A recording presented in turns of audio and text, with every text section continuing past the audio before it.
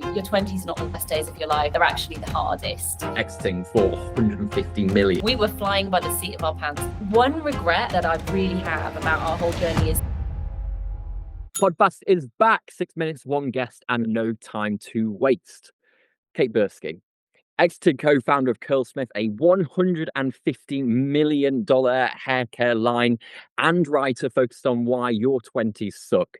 Now, most people here are in their 20s, but why should they listen to you? because I've been through it. I did it really badly, and I've come out the other side with a lot of learnings, along with a whole host of other women I've been working with. And I think the main message is ignore what society tells you. Your 20s are not the best days of your life. They're actually the hardest. And believe me, it really does get better. Life really does start from 30. Where did that realization come from? My own quarter life crisis in my sort of mid to late 20s. So that, and then I ended up issuing my then boyfriend with a very uncool marriage ultimatum, which he politely declined. And What? so can you believe it? I did turn 30 with no ring on my finger, no money in the bank, no car, no property, no nothing, none of the boxes ticked. But I lived to tell the tale. And I think what I realized is 30 is not a real deadline. Spoiler alert, the deadline does not exist. And, I turned 30, as we said, in Mm. a straits. By the time I turned 40, I was a self-made millionaire.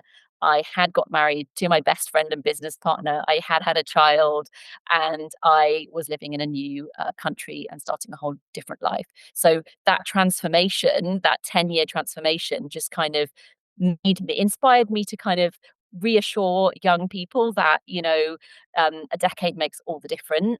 I wish I'd done it even sooner. Honestly, I would have been so much happier, healthier, and more successful. So that's really the journey I've been on.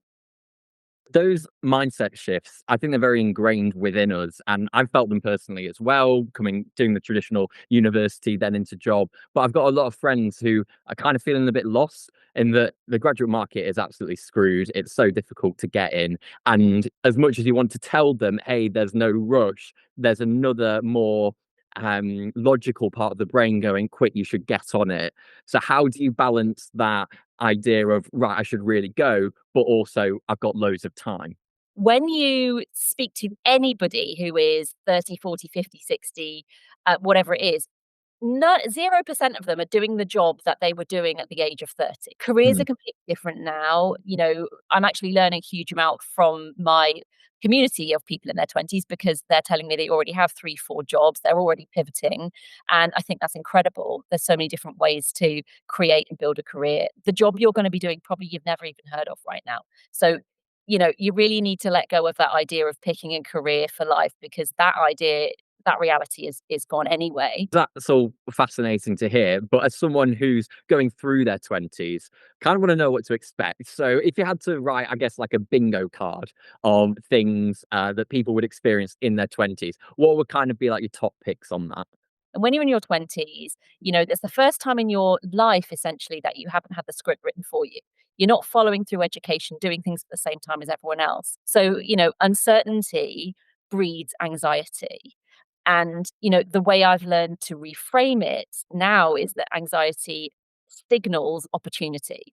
So really, I would love 20 somethings to see this decade as the decade of opportunity. That is the biggest kind of feeling that you'll go through. It's uncertainty, and that's absolutely normal. All of us are thinking everyone else has got it all figured out, but actually, we're all feeling so uncertain, so stuck, so all at sea. So I think it's just reassuring yourself that what you see on social media is not real. So what are then, to tune in and become more aligned, what are the practical steps that anyone can take, including myself, in order to do that then? Whenever I talk to people about something that's giving them anxiety, something they're stressed out about, some goal that they're trying to reach, but they're really stressed out about not being there yet, I often find that they'll use the word should. Should is a real red flag. Should means that is an external expectation that has been put upon you by society, by your parents, by what other people are doing, by what you're seeing on social media. Should isn't something that you need. If you can't reframe that should as a need, I need to be earning this amount of money. I need to be married to this kind of person right now. I need a dog, whatever it is. If that is not a genuine need and something that's going to fulfill you and start to build the life that you want, you need to let it go. That stop shitting all over yourself. That is someone else's problem. That is not a you problem. I want to switch tracks a bit, Kate, and talk about Curlsmith because there are a lot of people in here building sort of stuff, but I can see that the development of Curlsmith can broadly go from 0 to 100k, 100k to million, and so forth. How does one go and do that first step to get on the way to exiting for 150 million? Like, what was it like back then that allowed you to do that? When you start a company, it feels like it's flatlining for years. I don't think we made any money for the first couple of years at all. We didn't pay ourselves for the first 3 years. The big hockey stick moment for us was, again, kind of ignoring what, all our advisors, all the investors, everybody else was saying, and just trusting our gut. So the advice we were getting at the time was, start small, start local, win in the UK before you try and launch in other markets. They were saying, you know, all of that kind of keep it small kind of stuff. And we were like, actually, no, we see the opportunity is in the States. So we had this community of followers and we realized they were all in the States. We realized that conversations we were having with investors, retailers, advisors in the States were much more positive. But, yeah, we did have this very engaged community who really spread the word for us and really felt like they owned the brand by the time we launched, and we co-created everything with our community. So you built that community firsthand, and that allowed you to propel your business and get more customers, right?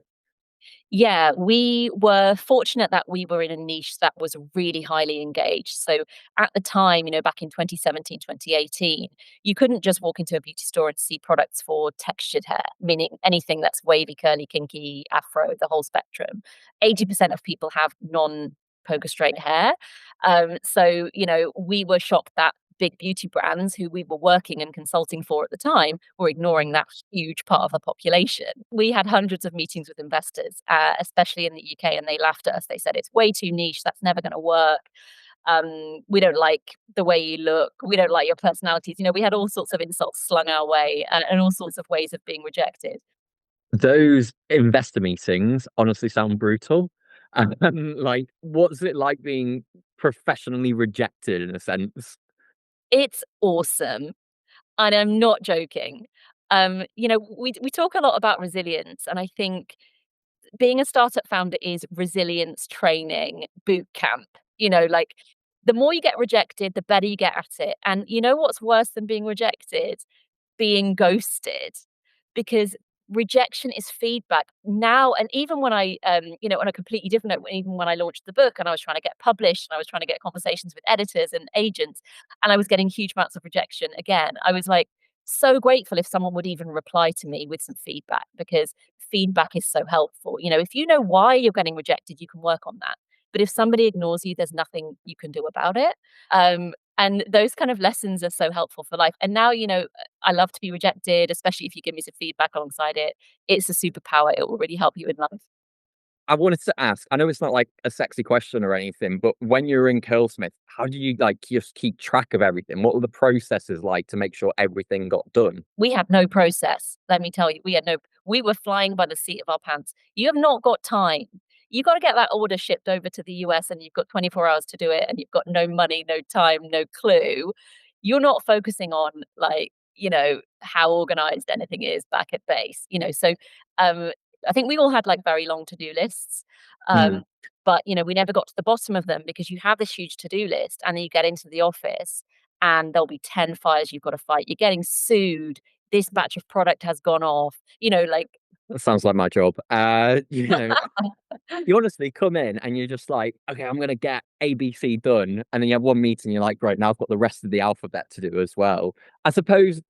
How do you then feel that sense of progress if you're not getting stuff done and you're continually having more stuff put on you?